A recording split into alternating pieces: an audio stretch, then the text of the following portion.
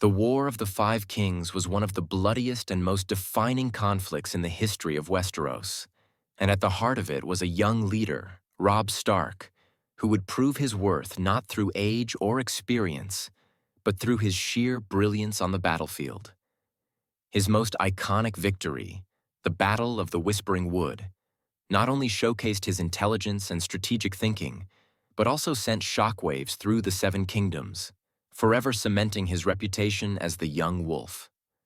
Today, we'll explore in detail how Robb Stark, the eldest son of Eddard Stark, outwitted and defeated the legendary Jaime Lannister, one of the finest swordsmen and military commanders in Westeros.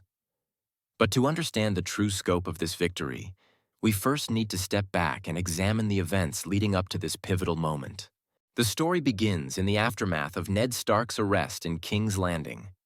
When word reached Winterfell that Eddard Stark had been taken prisoner by Queen Cersei and King Joffrey, the North erupted in anger. Eddard Stark wasn't just a lord, he was a symbol of honor, duty, and justice. To the Northern lords, his imprisonment was an insult to the entire North. Robb Stark, barely 16 years old, was thrust into the role of leadership. Despite his youth, Robb rose to the occasion, calling his banners and rallying the northern houses to march south in defense of their honor and family. The stakes couldn't have been higher. The North was marching not just to free Ned, but to protect itself from the growing threat of the Lannisters. Tywin Lannister had already begun ravaging the Riverlands with his massive army, sending his son Jaime to lay siege to River Run, the seat of House Tully and the home of Robb's maternal family. With two Lannister armies threatening the realm, Robb had to act decisively. But he also knew he was outnumbered and outmatched. Tywin Lannister commanded a force of over 20,000 men in the east, while Jaime Lannister controlled another 15,000 stationed around River Run. Robb's army of 18,000 was smaller, and his soldiers were largely untested. Yet Robb understood that the key to victory lay not in numbers, but in strategy. Robb Stark's plan was nothing short of genius. Instead of meeting Tywin and Jaime head-on, where the Lannisters' superior numbers and resources would overwhelm him, Robb decided to divide his army. He sent a smaller force of 2,000 men, commanded by Roose Bolton, to engage Tywin's army. This smaller army wasn't meant to win. It was a diversion, designed to make Tywin believe that Robb's entire force was heading toward him. Meanwhile, Robb led the bulk of his army, 16,000 soldiers, to the Whispering Wood, a dense forest near River Run, where Jaime Lannister and his forces were stationed. This move was as risky as it was brilliant. If Tywin realized the deception, or if Jaime discovered Robb's true intentions, the Northern army could be crushed. But Robb's gamble paid off, thanks to his meticulous planning and an acute understanding of his enemies. The Whispering Wood wasn't chosen by chance. Robb understood that the terrain could turn the tide of battle in his favor. The forest was dense, with narrow paths and thick undergrowth that made it difficult for large armies to maneuver. This terrain neutralized Jaime's greatest advantage: his cavalry. Jaime's army relied heavily on its mounted knights, who were nearly unstoppable in open battle. But in the close quarters of the Whispering Wood, their mobility and numbers would mean little. This choice of battlefield highlights Robb's understanding of strategy. He wasn't just fighting an army. He was fighting the strengths and weaknesses of its commander. Let us now turn our full attention to the pivotal moment of Robb Stark's campaign: the Battle of the Whispering Wood. The battle began long before the first sword was drawn. As night fell, Robb Stark and his 16,000-strong army arrived in the dense forest of the Whispering Wood. This wasn't a random location. It was chosen with precision. The forest was thick and dark, with narrow paths, tall trees, and undergrowth that made movement difficult for large groups, especially cavalry. Robb understood that the terrain would be his greatest ally, as it would negate Jaime Lannister's reliance on heavy cavalry, which was typically the backbone of his battlefield strategy. Robb divided his forces into smaller groups, each assigned a critical role in the ambush. The largest contingent, made up of archers and infantry, was tasked with surrounding Jaime's camp. They moved stealthily through the forest, ensuring that no one from Jaime's forces could spot them. Meanwhile, Robb handpicked a smaller, elite force that would remain hidden until the critical moment. This group, led by Robb himself, was assigned the task of capturing Jaime Lannister alive. Jaime Lannister's camp lay in a vulnerable position at the edge of the forest. Jaime, though an experienced commander, was overconfident. He believed Robb Stark to be little more than an inexperienced boy playing at war and didn't anticipate any threats to his position. This arrogance proved to be his downfall. The Lannister forces were relaxed, many of them asleep or unprepared for an attack. Their sentries were few and poorly positioned, unable to detect the silent northern forces encircling them under the cover of darkness. As the first light of dawn began to creep through the trees, Robb gave the signal to attack. The battle began with a sudden and devastating volley of arrows from northern archers positioned on higher ground. These arrows rained down on the Lannister camp, catching the soldiers completely off guard. The chaos was immediate. Men scrambled for their weapons, horses panicked and broke free, and tents were set ablaze as arrows struck their fabric. The dense forest amplified the confusion, with the sounds of shouting, clashing steel, and the cries of wounded men echoing through the trees.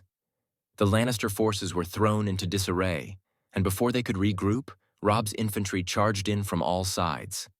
These northern soldiers, armed with spears, swords, and axes, pushed into the camp with ferocity. The forest's narrow pathways worked to their advantage, as the Lannisters were unable to form cohesive ranks or mount a proper defense. Every attempt to rally was met with swift and brutal resistance from the Stark's forces. As the infantry engaged the Lannisters in close combat, Robb unleashed his cavalry, who had been lying in wait deeper within the forest. This was the final blow. Charging out from the trees, the northern cavalry crashed into the disorganized Lannister lines, cutting down soldiers and further breaking their morale. The combination of archers, infantry, and cavalry, all attacking in coordinated waves, left the Lannister army in complete shambles. The northern forces fought with the determination of men defending their homes and families. The Lannisters, on the other hand, fought with desperation, their usual discipline crumbling under the sheer intensity of the ambush. Robb's plan to overwhelm them on multiple fronts worked flawlessly, and the dense terrain made it impossible for Jaime to retreat or regroup his forces. At the heart of the battle was Jaime Lannister himself. The Kingslayer was a legendary warrior, and even in the chaos, he fought valiantly. Mounted on his horse and clad in gleaming armor, Jaime cut through northern soldiers with his skillful swordsmanship, carving a path through the battlefield. But even Jaime's prowess couldn't turn the tide of the battle. His personal guard was overwhelmed, one by one, until Jaime was nearly surrounded. This was the moment Robb had been waiting for. Leading his elite force, Robb personally joined the fight to capture Jaime.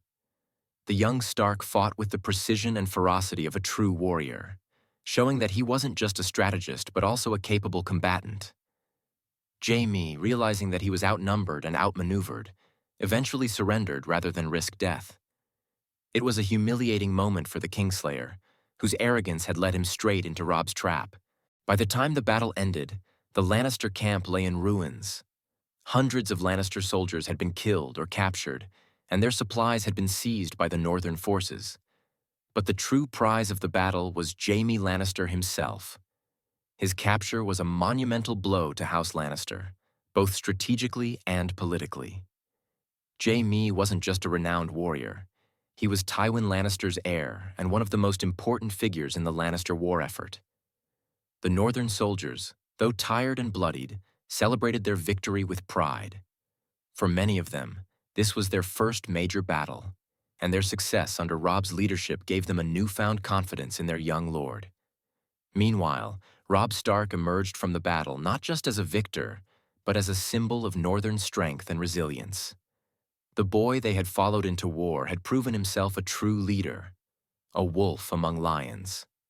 The Battle of the Whispering Wood was more than just a tactical victory. It was a turning point in the War of the Five Kings. Robb Stark's ability to outwit and defeat Jaime Lannister, one of the most celebrated commanders in Westeros, sent shockwaves throughout the realm. The North had shown that it could stand against the might of the Lannisters, and Robb's reputation as the young wolf began to grow. But this victory also came with risks. By capturing Jaime Lannister, Robb had made himself a target of Tywin Lannister's wrath. And while the victory at Whispering Wood was a brilliant success, it would mark the beginning of a journey filled with triumphs, challenges, and ultimately, heartbreak. The Whispering Wood remains one of the most remarkable battles in Westerosi history, a testament to Robb Stark's brilliance as a commander and leader.